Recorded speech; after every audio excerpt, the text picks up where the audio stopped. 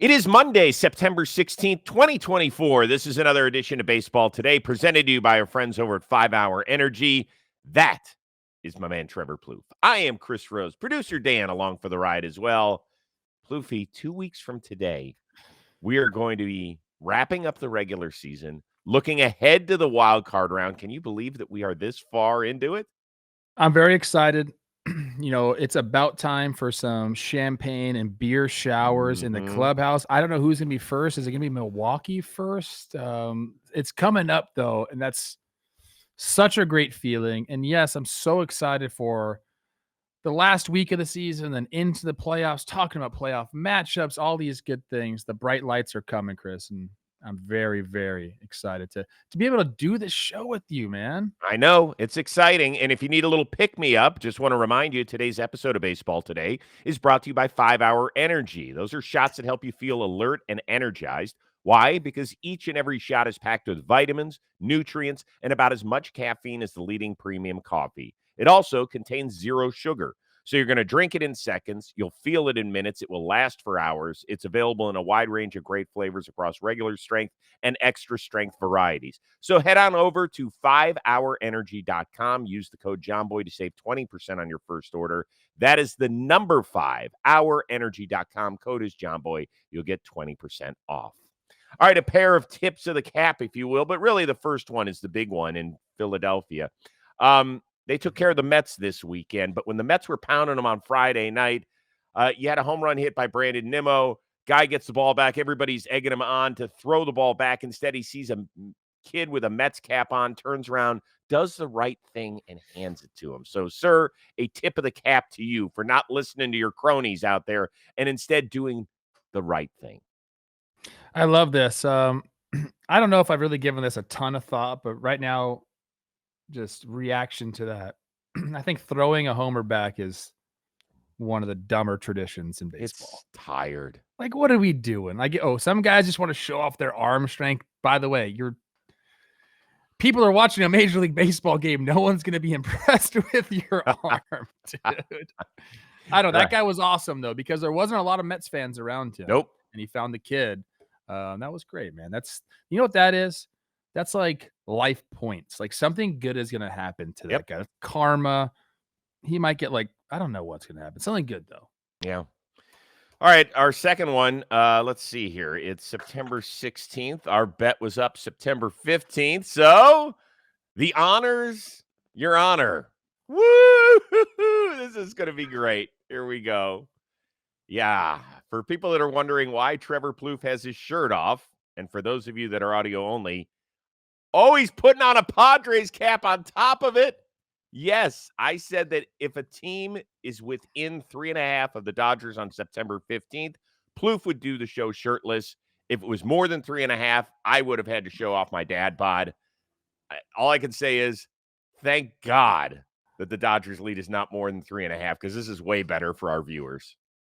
I thought this was not going to happen, Chris. I did not think that the Padres were going to roll in and they were going to sweep the Giants. I didn't think that the Dodgers were going to roll over the first 2 games in Atlanta, but it did. It happened. I was actually watching. I was texting you. Elliot Ramos comes up, hits the homer, ties the game. Like, oh my gosh, this is going to happen for me. This is amazing.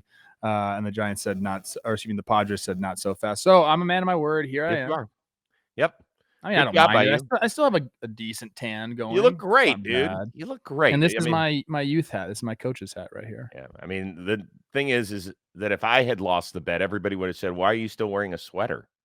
So I'm just happy. You look good. I don't shave. This is it. I got a little bit of hair, but that's it. Not much, huh? Okay. I don't know.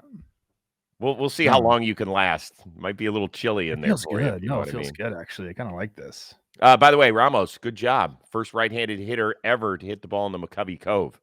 Nice that was awesome, dude. Yep. But let's focus on the team that is leading the division. That would be the Dodgers. They ended up hitting back-to-back homers in the 9th inning last night, part of a 7-run frame.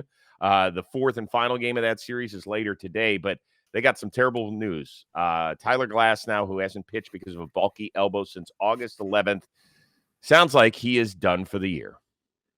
Looking at, what he meant for our ball club, what he's done for us, what we expected him to do. certainly is going to be a cost, but we've got to move on, and we will. And we have a lot of capable people, and I feel bad for Tyler because he did everything, to stay healthy and to get back, and it just wasn't going to happen. That, of course, Dodger skipper Dave Roberts. How screwed is LA? I mean, I don't know, Chris. I mean, it's not great for them. I'm looking right now at the game started log for the Los Angeles Dodgers. The top three: Gavin Stone, well, he's on the IL. Tyler Glasnow, we just talked about. James Paxton, he's done for the year on a different team. And then it's Yamamoto at 15 games started. So I mean, they still have guys. He mentioned we have some capable guys to start games, and they do.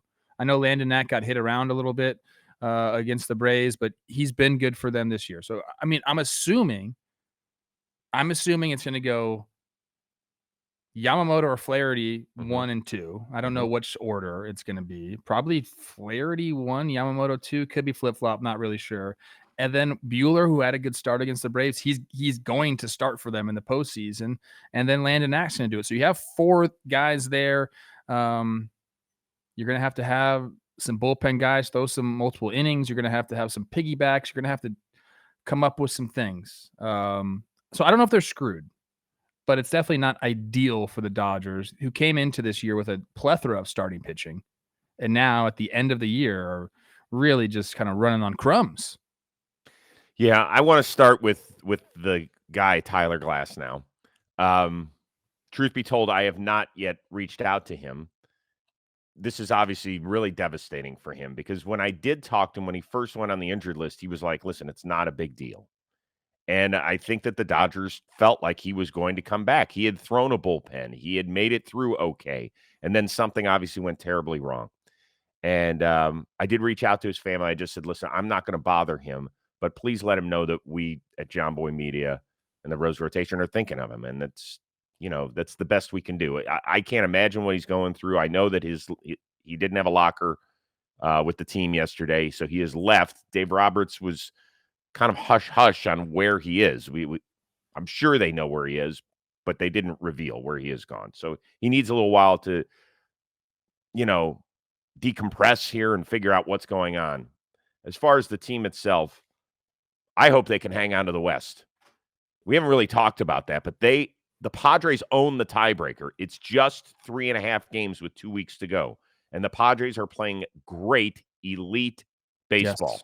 Yes. And so if the Dodgers end up falling back into that wild card spot where they do not get the bye, I don't know. It's really bad. I know it hasn't worked out great the last 2 years when they have had the bye. They've been eliminated by Arizona and San Diego in consecutive years. But still, they need this bye to reorganize, grab a breath, and try and figure out how to stack this. They can do it. They can win the whole thing. But this one's a kick in the onions. They're going to have to slug their way to a World Series. There's no doubt about it. I don't see any 1-0 games happening for them. I mean, maybe if we get a big Jack Flaherty start, but I don't think Yamamoto's stretched out long enough. I know they have some guys in the bullpen that can get it done, but to me, when I'm looking at this roster, they're going to have to slug their way to a title.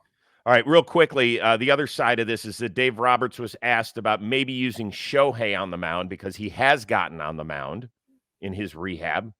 Roberts told MLB Network Radio the odds of it coming to pass are very slim, but they're not zero. Did your ears perk up a little with that? My ears perked up. I got excited in some other ways. I don't know if you can see. No, you can't. Stop. That's disgusting. Yeah, no, of course. I mean, this would be awesome. I don't know. I've seen him throw at Dodger Stadium. Like, he's progressing and doing all these things. I think one of the most exciting moments in baseball over the last, 5 years, I would say like a top 3 moment. And I don't think that's far-fetched, is watching Shohei come out of the bullpen and strike Mike Trout out in the WBC. Yeah. So if we get a little bit of that, obviously Mike Trout will not be playing in the playoffs. Come on. But if we saw some Shohei at the end of games, I mean, I would be absolutely fired up for it. So I don't know. I only want him to do it if he's healthy and can, give his full effort. I don't want some rush job Shohei back there. We don't want that. Remind me how many years he signed for again? What is it? 10. 10. That was 10, yeah. 10. 10 for I 700. knew, yeah, 10 for 700. This is a long marriage. It sounds great. It sounds like an amazing Hollywood story. Here comes Shohei after hitting a homer earlier in the game, and now it's the 7th inning, and they've got some big guys coming up. Ooh, in the 8th inning. Yamamoto goes 7, and then Shohei comes in and closes it out. Let's go. So he ducks behind the door there at Dodger Stadium, starts throwing in the bullpen. You know, his spot in the order isn't up for 6 hitters, so he can go get warm. And here he comes. Sounds great. Dave Roberts, thanks for cracking that door open. That ain't happening. It just ain't happening. Okay, All hey, right. clip, photo taken, screenshot of that. We'll see. All right. In the meantime, speaking of screenshots, take one last look at a shirtless Trevor Plouffe because I'm going to let him put his jersey back I don't on. actually mind it. Actually, Really? You want to go the whole show? Yeah. You feel good? I don't know. I don't want to wear this Padres hat. You could change the hats. Do you want to? I'm a big Padres fan. I've basically become a San Diego guy this summer. Spent a lot of time down there. Yeah. I do like the team, and it is my youth hat. I like it. It's the hat is incredible. So do you want to keep going shirtless? Let's see how many of the topics you can make. I'm fine. All right, you're good. All right, so here's the good news for the Yankees. Dan, don't roll the tape yet. Here's the good news. Aaron Judge's homerless streak is over. Hit a couple this week, a couple of prodigious blasts. Really good stuff. Yankees now have a 3-game lead over the Orioles in the race for supremacy in the American League East. All that is great, but we're still talking about what happened Saturday with Gerrit Cole. No hitter with 1 out in the 4th inning. Rafael Devers, who owns him, gets up to the plate. Nobody is on. 1 out. And Gerrit Cole sticks up 4 fingers. Intentional pass. After that, it goes stolen base, walk, ground rule double, single. The Yankees were down 3-1. He never recovered. Here's Gerrit Cole on the bizarreness. We were in the tunnel before the inning and had discussed that if Duran was retired, were we going to stick to aggressively, intentionally walk him, and that was the plan. And then during the inning, I looked to the dugout and stuck with the plan. Clearly, that was a mistake. Yeah, I think that I was bought into the plan going into it, but afterwards, it was the wrong move. Do you think that baseball fans have a different viewpoint on Gerrit Cole after seeing that? No, I think he was trying to make a smart decision. I mean, the numbers are astounding between Devers and Cole. And, he's a smart pitcher. I think he was making a business decision. He talked about a game plan. Maybe you could say, hey, like, Gerrit, you're one of the best pitchers in all of baseball. Like, maybe start to flip the script a little bit. Don't you think averages are going to come into play at some point? Like, you're eventually going to get this guy out. I don't know. Like, you want, in a perfect world, Chris, you want your ace to not be afraid of anyone, but it's not a perfect world. And Rafael Devers absolutely owns him. So, like, I understand, like, look, we're not going to let this guy beat us. I'll go after every single other player except for him. So pitch around him, Trevor. You pitch around. You've got a hitter going into the 4th. Here's the thing: he hit him first at bat with a cutter, and Cora took exception to that. That was weird to me. Like that was not on purpose. We'll get to that in a second. Yeah. What's the difference? Okay, here's my thing: if you're gonna pitch around him, just put the 4 up, save some bullets. I don't know. Like I honestly didn't have that big of a problem with it, other than like the psyche of it, where Gerrit Cole that was a tap out. Okay, yeah, isn't that kind of a big deal in sports? Like you don't think. I mean, because the Red Sox guys were chirping at him. They called him basically a chicken. You think Gerrit Cole cares what any of the other Red Sox players are saying? He does not. He does not. He does not need to prove anything to anyone. The guy, look at the back of the guy's baseball card. He's a stud. I wouldn't worry about who was chirping him. Brian Bayo, the other pitcher. Brian Bayo was chirping him. No offense, bro. No offense. You're more like you should be chirping me, not Gerrit Cole. Okay. So to me, the craziness of the entire proceedings was wrapped up in an amazing 4-minute interview with Gerrit Cole's catcher, Austin Wells, who I thought was just incredible. Here's a little snippet of it. I honestly wasn't even in my thought process, so I don't know. I don't know if that's, hey, no, we're just kidding. We don't want to actually walk him. I don't know if that's a thing, but I don't know. I haven't been in that situation. Part of your game plan was walking Devers in some situations. How much did you guys talk about that and explore that? I was not in that conversation. Shouldn't you have been in that conversation if that's actually part of this? I don't know. I didn't know that we were in the plans or if that was in the plans. It was an incredible 4 minutes. He was funny. He was informative from his standpoint. I listened to everybody. I listened to Boone. I listened to Cole. I listened to Wells. The one thing I did not find out is who came up with the idea. Like, everybody got on the same plane here afterward, and they were like, all right, here's our story. So I don't know if Aaron Boone's going to give Jimmy and Jake the real deal when he talks to them on Tuesday. I hope he does. But not once did I hear Aaron Boone say, yeah, you know what? It was my idea, or it was pitching coach Matt Blake's idea, or Gerrit Cole's the one that suggested it. That would help us out a little bit, I think. It's very convoluted. It's odd. It's unlike anything I had ever seen. I don't think less of Gerrit Cole as a baseball fan. I just don't, because I have too much respect for him. I like watching him pitch too much. But I do think that some people are like, you're a wuss. I think we're making too big of a deal out of it. I really do. Like, this guy has gotten absolutely beat down by Rafael Devers. And how many times do we tell people, how can you let this guy beat you again? So pitch around him. What's the difference, bro? If you're going to intentionally walk someone, I don't think so. You don't think there's a big difference between pitching around a guy or doing this when nobody's gotten a hit off of you? He unraveled after that, Trevor. I don't think there's a difference. I really, really don't. And you could talk about it because we are like a talk show, and this is what talking heads are supposed to do. And I just don't think there's a difference. I really don't. I'll say this. I don't like this. I don't like the fact that you can do that. I like before when you had to throw the pitches. That was demoralizing. It would have been the same. It would have been the same discussion. That was demoralizing. This gets you out of that because pitchers, they can't even throw it soft. But I honestly don't think there's a difference. If you're going to pitch around a guy, you know what? Kudos to Gerrit Cole for not just railing him, because some pitchers would do that. Would just say, you know what? Screw it. I'm just going to hit him. Well, all right. Speaking of, he had already hit him once. And in the second pitch of Devers' first at bat, he gets one right in the rib cage on a cutter. So Alex Cora was asked about it after the game. Rafi got hit. They can say whatever they want. And what the intentional walk was loud and clear. I don't want to face him. So the second pitch of the game against Rafi, you see it. It was intentional. I'm not gonna back up. It was intentional. Oh my gosh, bro. No, it wasn't. That was not intentional. Was it intentional to go up and in on a guy that's been beating you? Sure. But pitchers do that all the time. And look, I'll be the first one to say, I don't like it. If you can't control it, then don't do it. Gerrit Cole's shown control and the ability to do it. If one gets away, a cutter, like, come on, man. If it was intentional, you're throwing a four-seam fastball, it's going to be 97 miles an hour into the ribs, not a 90-mile-an-hour cutter. Look, I get it. It hurts. Doesn't feel good, but that was not intentional. That was not intentional. So you're saying that the Red Sox should not have, quote-unquote, been allowed to, that day, throw behind Aaron Judge?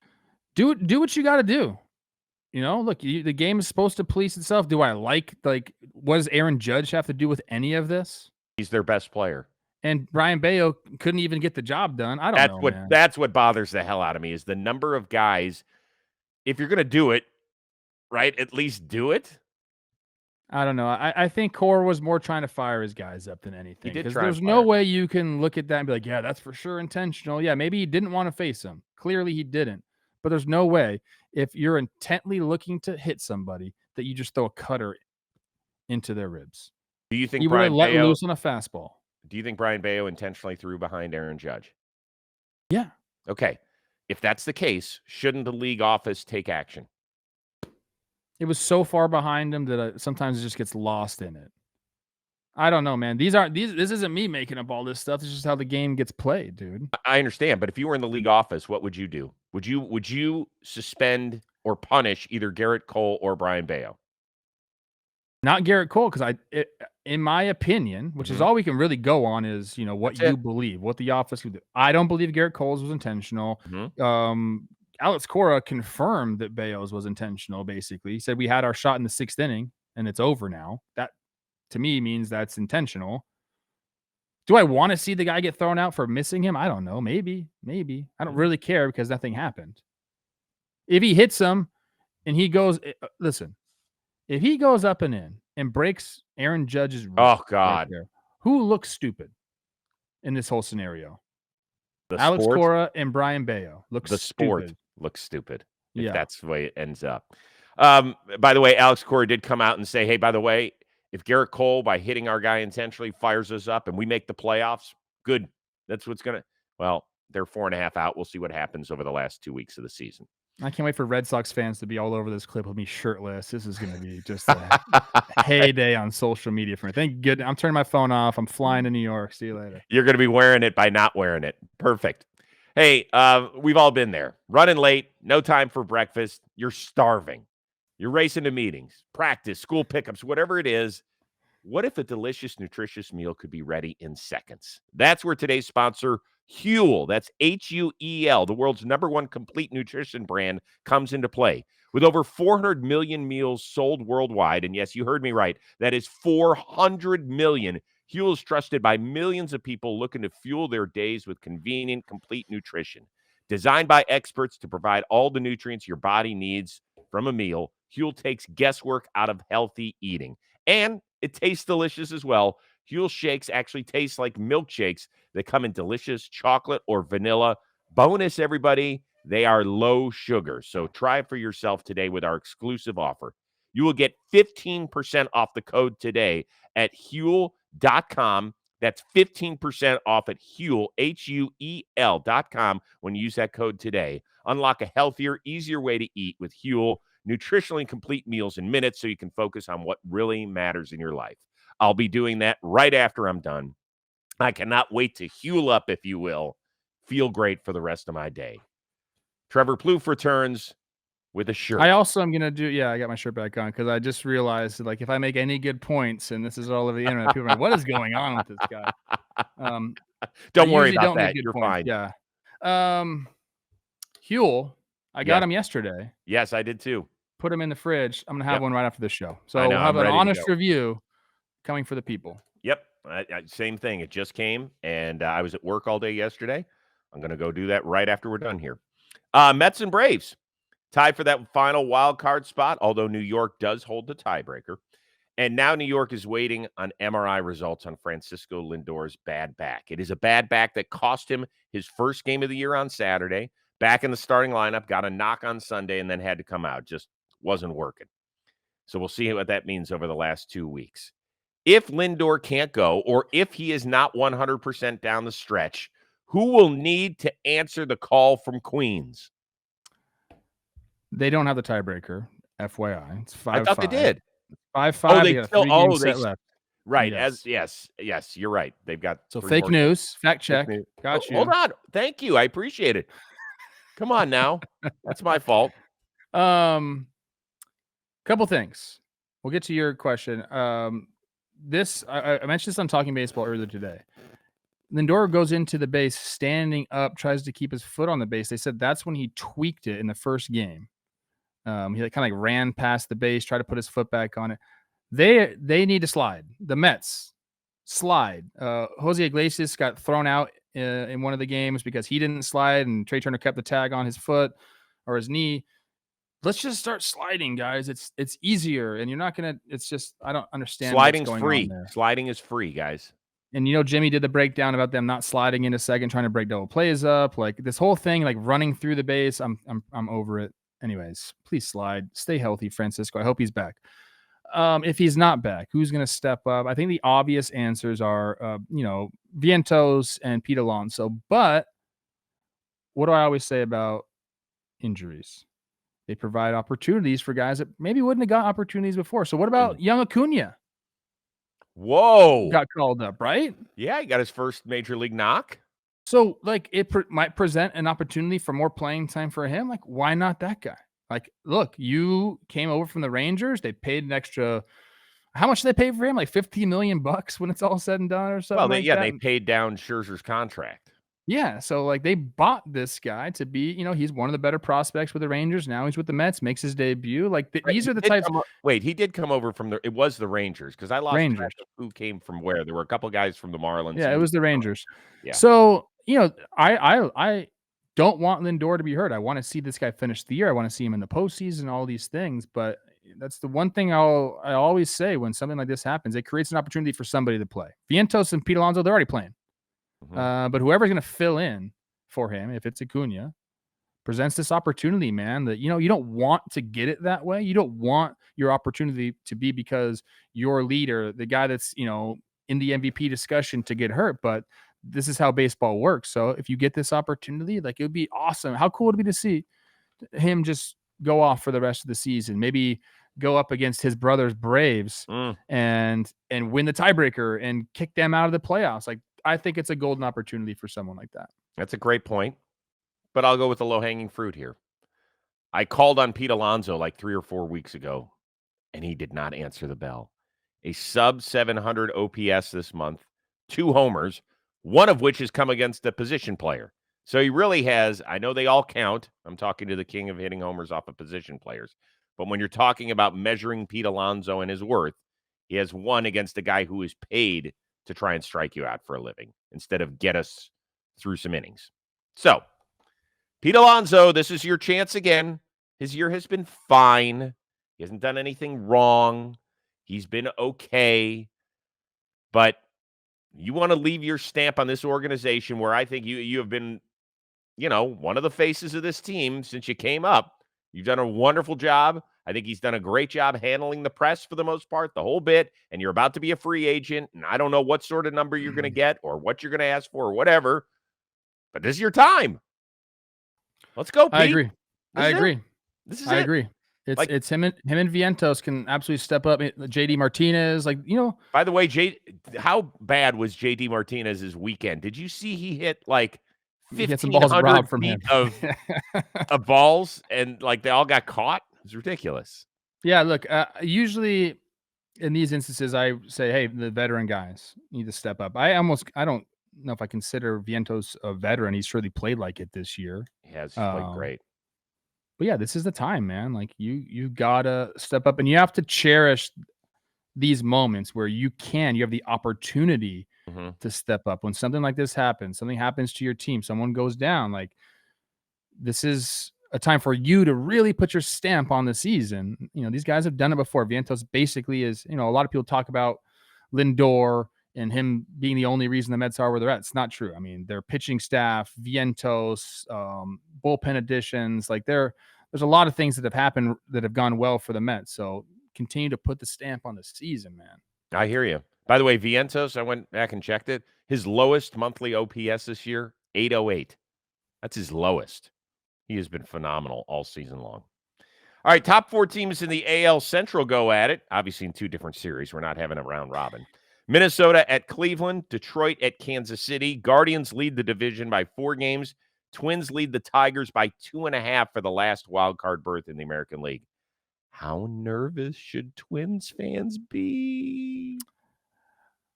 I think nervous. I think really nervous, if I'm being, honest with everybody.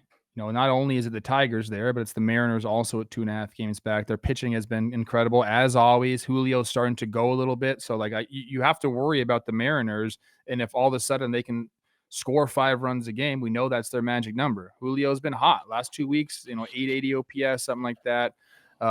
If Randy gets going, if JT gets going, they can sneak into the playoff. Detroit, on the other hand, look, they are figuring it out. Like, they are very similar to the Guard Dogs and the Brewers, like, where they're piecing together this pitching. And they brought a perfect game into the 8th inning and no hitter with 2 outs into the 9th. Amazing. Like, That was amazing. Like, they figured out the pitching. They're getting some really great offensive contributions. Riley Green, check his numbers out on the year. Kerry Carpenter's a stud. Like, they have what it takes. In saying that, the percentages are still very much for the Twins, and I don't really understand that. I would go against the percentages. I think they're right now, Fangraphs has them 85% to make the playoffs. Baseball Reference has like 76% to make the playoffs. I'm less than that. I'm a coin flip for them, dude. Like Carlos Correa comes back. He came back. Buxton is back, but those guys aren't fully healthy. They're just not. They're not going to play every single day. The pitching staff is what it is, man. It's a couple of guys and some rookies, and the bullpen hasn't been as sharp. They're going to it's going to be a dogfight. Like I don't think they do own the tiebreaker between the Mariners and the Tigers, which That's good. is very good for them. Yep. But I don't think it's going to be an easy last 2 weeks of the season by any means. Well, it's a very stressful next 4 days, and I think you're very fortunate that you've got your best pitcher and really one of the best pitchers in the American League as of late going tonight in Lopez. So I think that that's going to really help. Yeah, but he's against the Guardians. I know, but the Guardians haven't hit worth a shit. Even when they've kind of managed to get through this time, they've not hit well. Rocchio's going to get a double. Yeah, like a bloop double, right? It'll happen. The Twins are 2-7 against Cleveland this year. 2-7. And so they got 4 games here. You're going to learn, like, if they go 1-3 against Cleveland, I think it could be a real shit show for your town. And I don't know who I don't want. All I know is I need my Guardians to keep winning and shrink that magic number, which got a little bit smaller. They're going to not only win the division, but they're going to have a bye. They might. The freaking Cleveland Guardians, man. What was I want to know what their preseason odds were. Oh, they're to win the division? Yeah, to win the division. To have the second best record in baseball. Like crazy. Yeah, probably plus a lot. I do want to say this about Emmanuel Clase. Did you see the pitch that he threw to end the game yesterday? I'm about to see it right now. I mean, that's 102 mile an hour cutter on your thumbs. What are you supposed to do with that? Absolutely nothing, dude. Nothing. That ball looks like it's going to hit your back knee. You saw, is that Siri right there? I don't know who that was that struck out. I was at NFL. Oh, Christopher Morel. Watch his back knee go. He thinks his pitch is going to hit him. Yeah, you're right. And then it cuts back over the inner part of the plate. My God, that's nasty. Man. Yeah, he's had one of the best years of any reliever in Major League history. I still think he's going to finish runner-up to Tariq Skubal, maybe third, depending on how they view Burns this year. But we'll see. Whatever. Tigers, 6-game road trip that starts today. Kansas City, Baltimore. We're going to learn about you. I got yelled at by Tigers fans when we talked about them last week saying, go watch a game. Our pitching's been great. All I said is that you've pieced it together, which I will stand by. And all you need is Friday night's near no-hitter as Exhibit A. Because Brand Herder, baby. So I was watching with Josh, our oldest son, and we got to the perfect game phase as they're in the 7th at that point before they gave up their first base runner of the night on a 3-2 walk. That wasn't close. But they had been combined because Brisky started, went an inning and a third, and then Herder got the bulk of the game, went 5 2/3. How excited would you have been if the Tigers had thrown a combined perfect game? I don't know. I'm pretty excited. It's pretty cool. Yeah, we were trying to figure that out. Obviously more exciting than a no-hitter. Herder ended up, he walked the guy at the first batter in the 8th inning, I believe, and then Gunnar with 2 outs broke the no up. Yeah, in the 9th. But 9th, yeah. So we were asking this. What's more exciting, a no-hitter by one single individual or a combined perfect game by, 2 or 3 pitchers? I think the no-hitter. Right. I still think the singular aspect does something for me. I do too. Speaking of plural. Yeah. Bo Brisky, opener 2 days in a row. How awesome is that? Yeah, that's happened a lot lately. It's awesome, though. It's kind of cool. Yeah. First Tiger to do it since Hal Newhouser in 1946. Hal Newhouser, for people. You were not alive in 1946. Stop. But I'm going to stop. This is a sentimental moment for me because my dad used to tell me about Hal Newhouser, who I believe, I want to say he won the MVP in the 40s.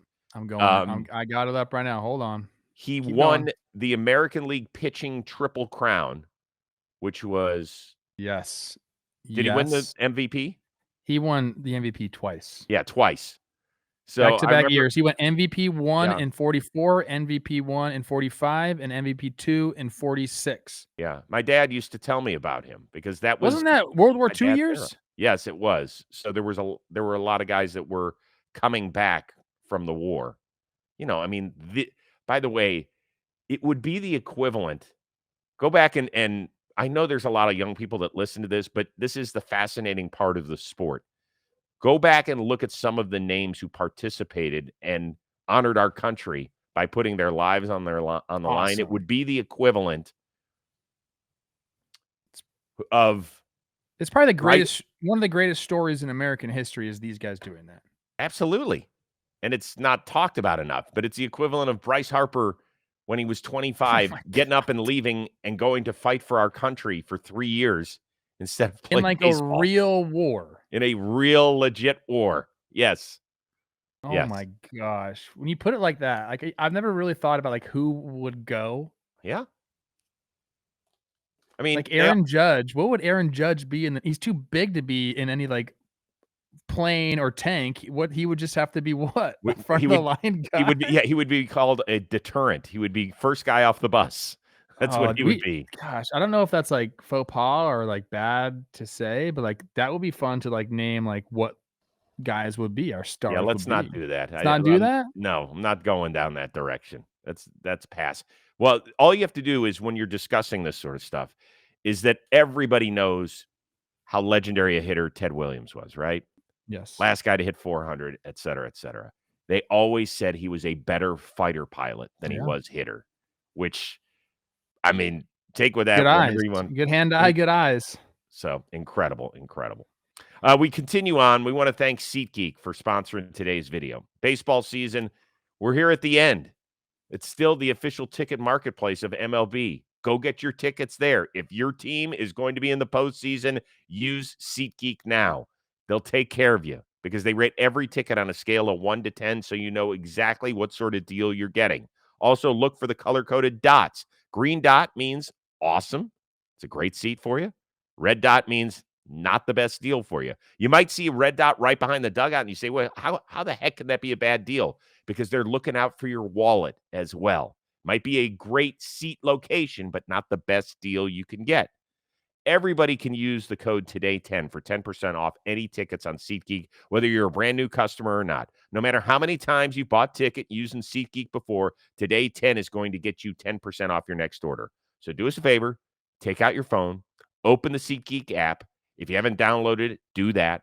Add the code TODAY10 to your account. What in the world are you waiting for?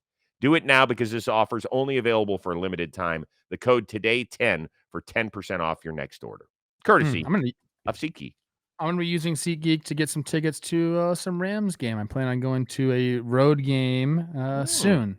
So I'll take that 10%. Thanks, SeatGeek. All right. Nice work. Finally, Pablo Sandoval, 3-time World Series champ, did his thing. He's back. He was pitching for Staten Island Ferry Hawks. Yes, I said that right. He pitched for them. 5 1/3, no runs, 4 hits, 4 Ks, 1 walk. Any interest in this? No. Oh. Not a bit. Happy for him. He's living his dream out. He's got a lot of money, but he looks like a position player pitching. It doesn't do anything for me. No. I love Panda. I love Panda. Okay. Does it do something for you? I mean, I'll be curious to follow. Their season's ending, so I'll be curious to follow and see if he wants to really try it. Like Brett Phillips, he was reportedly throwing mid-90s. He signed with the Yankees. He's not throwing mid-90s, though. Oh, he's not. No. No. So, like, I do find it interesting when guys come back and, you know, Anthony Gose is a guy. You played against Anthony Gose as a position player for a long time. Yeah. He's pitched a handful of times for Cleveland this year. He's been all over the place. Yeah, no, he's had some chances for sure. There's not many guys that can do it. I mean, Matt Bush is another guy. People will remember him. Right. But he was like a pitcher kind of coming out of high school as well. Rick Ankiel went the other way. Rick Ankiel went the other way. Yeah, he got the yips and started hitting. Who else? Who else is? I mean, there's a lot. Kenley Jansen was a catcher. Mm-hmm. But I'm talking about guys that played at the major league level and then went back. There's not many. Not many. No. Isn't Charlie Culberson trying to do that? I think I saw that. Yeah. I think I saw that. Yeah. Yeah. I always ponder what my career would have looked like if I went the other route. I was a good pitcher back in the day. I feel like you were the pounds top. on. You were the top prep I was. school combo player. I was really good, but I What'd you chose the top harder out path. at? What'd you top out at? 90 I what? honestly don't really know. I do remember hitting 95 in a game a few times, but I sat like 92. But I could spot it. Like, I had some pitch mix. I felt like I could pitch, and, But it that would've was been also fun. 20 years ago. That was 20 years ago. Like, if it's now, they're like 92. What's that gonna get us? Yeah, but I think I had a projectable frame. I was like 170, skinny, I think I coulda put some pounds on, went to Mm, velo camp or wherever they do and added some velo. I think I coulda done it. I woulda liked to. all right. Hey, you're gonna get a chance to see me on the mound this week. Oh, yes. Haven't picked up a blitz ball since the last time, so here we Perfect. go. Perfect. That'll do Forgotten Rotten some good, I imagine. We can't wait for that to come out. And don't forget to check out Floorball. Everybody's played one game so far.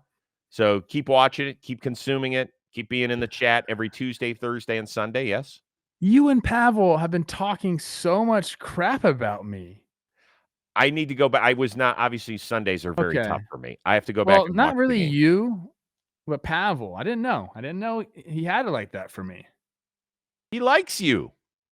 He didn't like me the first game, I'll tell you that Oh, much. you know what? Pavel's a sweetheart, and he's very funny. He is I'm hilarious. sensitive. I'm I know sensitive. you are sensitive.